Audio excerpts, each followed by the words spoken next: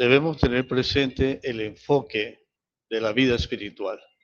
Una vida desenfocada es una vida distraída, es una vida que se mueve en direcciones que pueden llevar a cualquier lugar. Soy Ricardo Martínez y les hablo de la ciudad de Bucaramanga, compartiendo con ustedes una reflexión en estos temas de aceite y vino para el alma.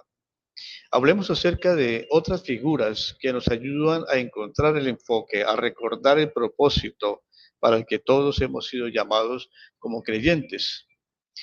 Hay algo interesante porque la Biblia siempre nos ofrece, y especialmente cuando se habla de la vida espiritual, se nos ofrecen diferentes analogías, figuras literarias.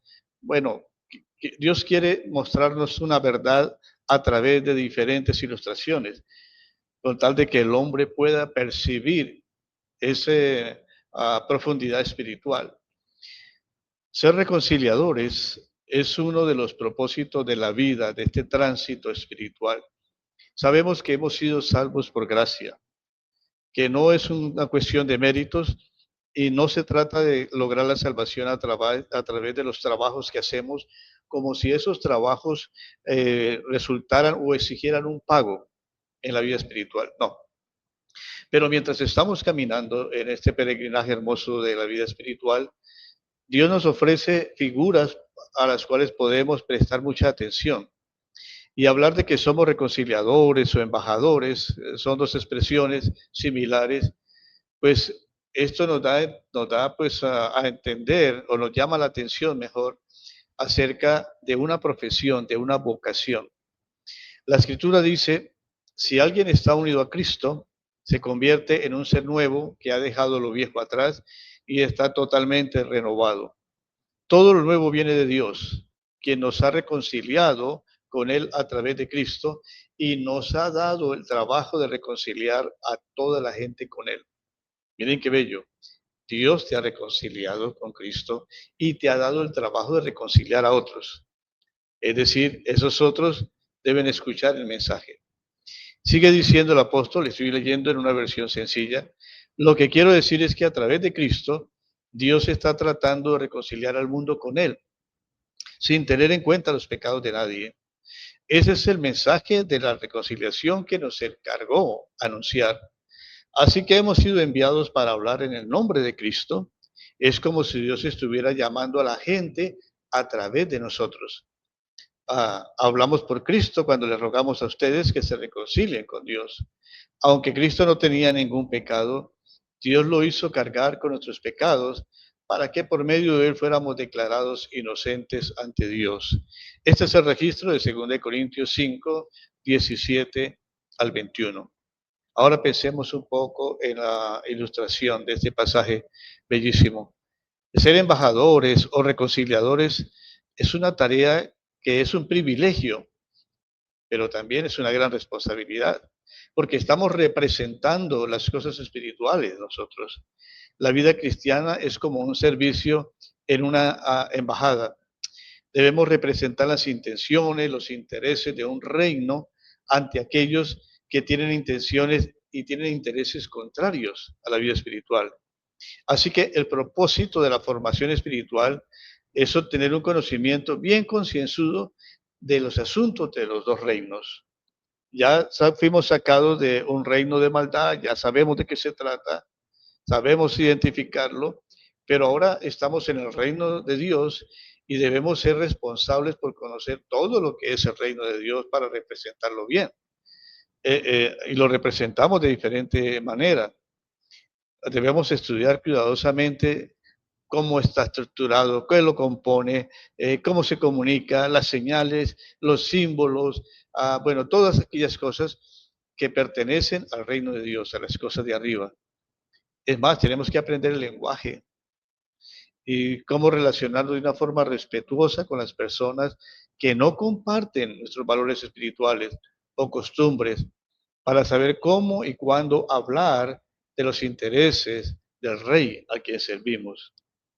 Así que esto nos lleva a pensar que somos también mayordomos, en que administramos a alguien que nos ha confiado algo.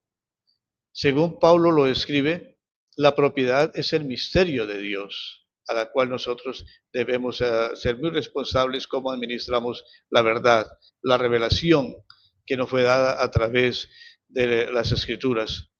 La meta principal de un mayordomo es la correcta administración de esa propiedad. Estoy uniendo dos figuras, lo han entendido ustedes, el ser administradores, el ser embajadores, el ser mayordomos. Esto tiene unas implicaciones muy interesantes. Es que debemos ser fieles a una tradición que hemos recibido de la doctrina. La doctrina de Cristo la recibimos a través de aquellos primeros apóstoles, los profetas, como dice la misma palabra, y transmitir ese depósito de fe a otros no debe ser seguido por vanas especulaciones o diluir ese mensaje con otras adiciones, ni tampoco tener un evangelio que no corresponda fielmente a lo que representa Jesús. Cuantas más personas abracen las buenas nuevas, tanto más crecerá la palabra de Dios. Como lo vemos en el libro de los Hechos, estos primeros creyentes eran fieles a las palabras de los apóstoles, a todas aquellas mandamientos que daba Dios a través de los apóstoles, y la iglesia crecía, muchos eran añadidos a la iglesia. La formación espiritual es un crecimiento, pero necesitamos capacitarnos para entender suficientemente la fe, para mantener esa integridad, para reconocer las ideas que amenazan al Evangelio con otras posturas diferentes. Desde el libro de Gálatas se nombra el Evangelio diferente, que tiene que ver con un Evangelio que está mezclado, que está adulterado con cosas de la ley. Estos legalistas, muchos de ellos fariseos, judaizantes, querían meter dentro de la doctrina limpia las cosas que ellos consideraban indispensables para la salvación. Y Pablo se planta de una manera muy seria, enérgica, y les dice, ustedes no deben escuchar evangelios diferentes. Así que ese administrador, ese embajador, debe conocer muy bien el reino al que sirve. Es la capacidad que Dios nos da también de pasar esa información a los demás para que más personas abracen ese evangelio, se afirmen en el evangelio y lo comuniquen a otros. Primera de Pedro 4:10 dice, cada uno de ustedes recibió un don espiritual que debe ser utilizado para servir a los demás. Así serán buenos administradores del generoso amor que Dios les ha dado en tantas formas. Qué indispensable en la vida espiritual, qué base en la vida espiritual para el crecimiento es mantener la semilla pura. El evangelio que no se deforma, el evangelio que es consistente con la vida de Jesús, el evangelio que no es especulativo, que no ofrece cosas que Dios no ofrece, el evangelio que mueve el alma, el interior al cambio, hacia la transformación. Todo eso se nos ha dado, se nos ha entregado. Así que tenemos una gran responsabilidad para convertirnos en embajadores respetuosos y en administradores hábiles también. Todo esto es una figura que nos pudiera ayudar a enfocarnos en la vida. ¿A quién represento? ¿Cómo lo represento? ¿Qué es el mensaje que doy a través de mis acciones en la vida de los demás? ¿Cómo me identifico? Un embajador no puede ser anónimo. Tiene que revelarse y mostrarse y atender a aquellos que vienen a él para conocer acerca de la región o el país o el reino que representa. Hay otra figura aquí que quiero dejar para hoy, para la reflexión, y es que Pablo habla de un arquitecto. Miren esto, dice el apóstol Pablo, que deben ellos entender esto. Yo senté las bases de esa casa, 1 Corintios 3, 10, 17. Senté las bases de ese edificio como un hábil constructor, gracias al don que Dios me dio. Pero hay otros que construyen sobre esa base. Cada uno debe tener cuidado de cómo construye. la base de cada uno debe tener cuidado cómo construye. La base de todo ya está construida. Nadie puede construir otra que esa base que sea Jesucristo. Jesucristo es la piedra fundamental de la construcción. Algunos construyen sobre esa base con oro, con plata, con piedras preciosas, con maderas, cañas o paja. Pero en ese día el trabajo de cada uno se dará a conocer como realmente. Ese día habrá fuego para poner a prueba su trabajo y para demostrar la calidad de lo cual ha hecho. Si lo que alguien construyó resiste el fuego, bueno, ese constructor recibirá su recompensa. Si su construcción se quema, sufrirá pérdidas. Él se salvará, pero como alguien que escapa del fuego. Ustedes son el templo de Dios y el Espíritu de Dios vive en ustedes. Aquel que destruya el templo de Dios será destruido por Dios y el templo de Dios es santo. Por eso también ustedes son santos. Está diciendo que somos unos constructores. Y un buen constructor, un buen maestro de construcción, un arquitecto, sabe que debe escoger los materiales correctos para que la casa quede bien fundada. ¿Qué son los recursos que tenemos? Muchos. Dios nos ha dado la habilidad de discernir, la capacidad de escoger también.